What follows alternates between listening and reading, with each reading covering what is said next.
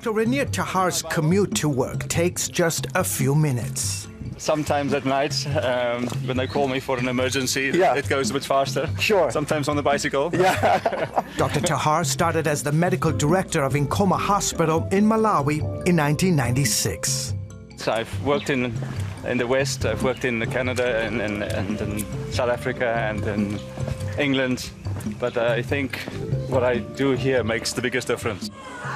As medical director, Tahar hired Dr. Katherine Hodge to solve a problem. The hospital approached me and asked me to consider opening a neonatal unit because they recognized that it was just a missing piece of the hospital care. They do what they can with the little they have. Babies sleep 5 or more to a bed. The smallest sleep in makeshift incubators.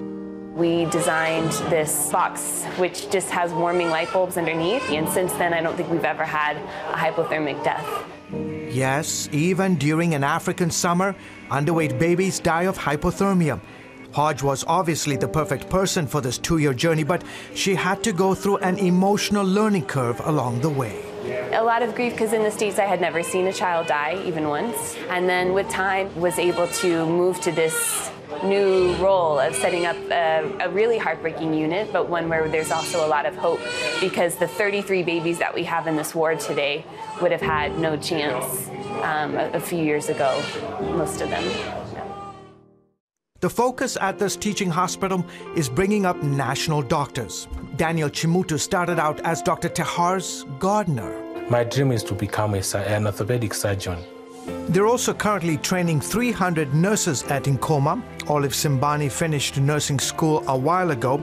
She's been at Nkoma for more than 30 years. You know, when you've got a child who is very sick at the beginning, and then in 2-3 days' time you find that child smiling at you, coming to you, you know, that you feel good that you have done something nice.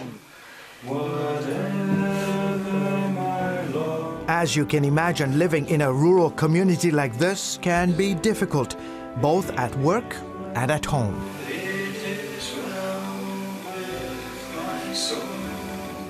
The electricity is probably the most common challenge we have. Also, the water needs to be pumped from a river 5 kilometers from Nkoma. So one of the many goals at the hospital is to keep the people they train to stay in that rural, often frustrating setting. We hope that it's their Christian conviction that brings them here and makes them stay. We also try to give them a decent housing. Plans are currently underway to build a number of small apartments to offer more staff low-cost housing.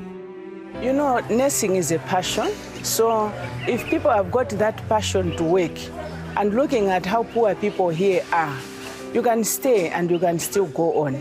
So I feel this place is ideal for a Malawian woman. And it's ideal for doctors like Tahar, not for the salary or the luxury or the amenities, but for the necessity. The next town is 50 kilometers from here. In an emergency situation, that could be the difference between life and death.